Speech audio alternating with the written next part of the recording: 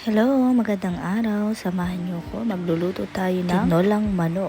Wow! Handa natin ang mga ingredients. Nagpaningas rin kami ng uling dyan para mamaya iihaw natin ang talong, pang torta. Plus may ganito ka pang tanawin habang nagluluto ka, habang kumakain ka sa tabi ng ilog. Napakasaya naman. Pero paano nga ba kami napadpad sa lugar na to? Kami ay nagpasyang umalis ng bahay at bahala na kung saan mapadpad. Wow! Mabuti na lang talaga, always on the go din itong mga kasama ko. Di mahirap ayain, go agad. Mga marurupok, mga gala, nadadamay tuloy ako, charis. Wow! Anyway, 1:30 na pala yun ang tanghali, mga wala pa kaming almusal at tanghalian. Siyempre, coffee is life pagkagising. Meron kaming isang lugar na napuntahan malapit sa bahay, mga 50 minutes away lang, pero hindi namin bet, kaya ito naabot pa kami ng 2 hours makarating lang dito. Pero sulit naman, di ba? Oh.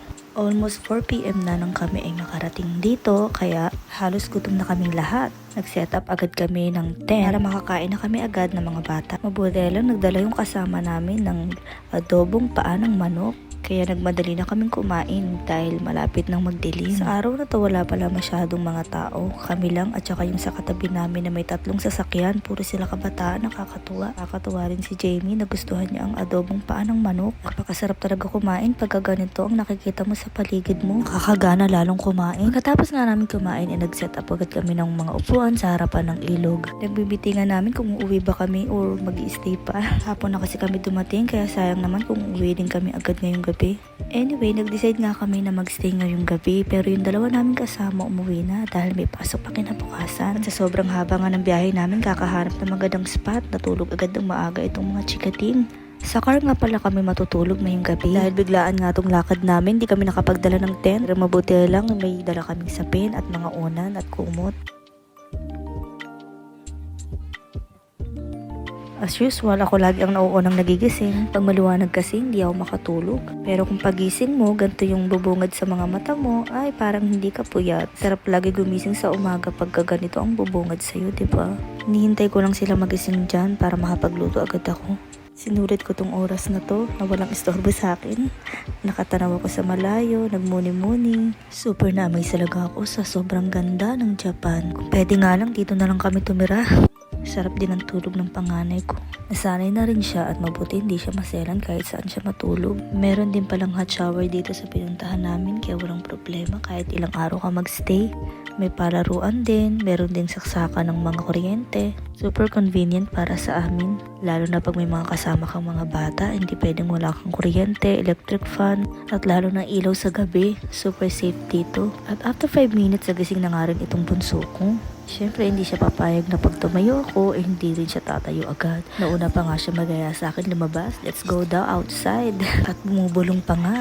Huwag daw ako maingi at tulog pa ang daddy niya. At maya-maya pa ay lumabas na rin kami ng sasakyan at naglakad-lakad at nanggising ng kapitbahay. At pumunta nga ako ng malapitan sa ilog. Ang ganda na ng kulay, hindi kagaya kahapon pagdating namin dahil katatapos lang ng typhoon, kulay brown ang lahat ng ilog dito sa Gifu. Siyempre, hindi pa siya pwedeng liguan kasi hindi pa safe. Nagulat nga ako pagising namin, ang ganda na ng kulay niya, bumalik na sa dati. Kaya si Jamie gustong bumaba at maligo na agad. Kaya kako, teka, gisingin na natin ang ama mo.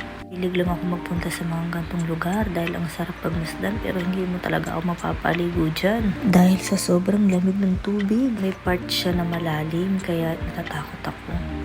Tara, magluto na lang tayo.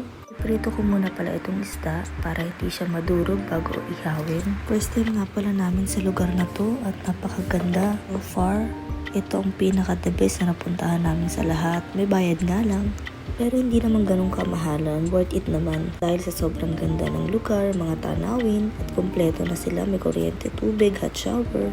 Anyway, balik tayo sa pagluluto. Natapos ko na palang lutuin itong tortang talong. Ready to eat na tayo. At inihabol ko na rin pala ang ating spinach dito sa ating nilutong tinolang manok. Handa na ang pagkain. Kakain na sana kami nang biglang nag-iyakan tong dalawang to. Ang saya-saya diba pag may kasamang toddler.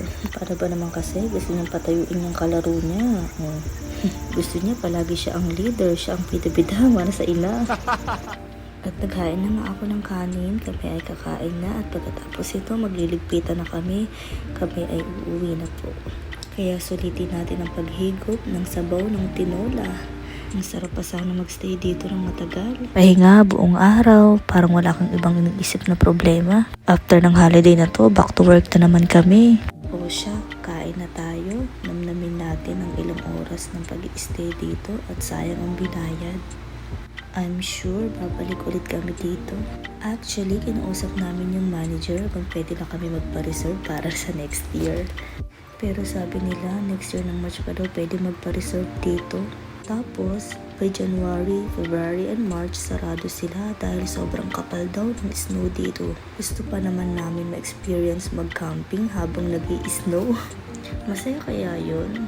Let's try this year. Ayan, kompleto na yung mga putahe namin. Kakain na talaga kami, pero bago ang lahat, magpa-pray muna kami. Thank you Lord sa lahat ng mga biyaya at pag-iingat sa amin sa araw-araw. Amen. Salamat po sa panonood. God bless us all.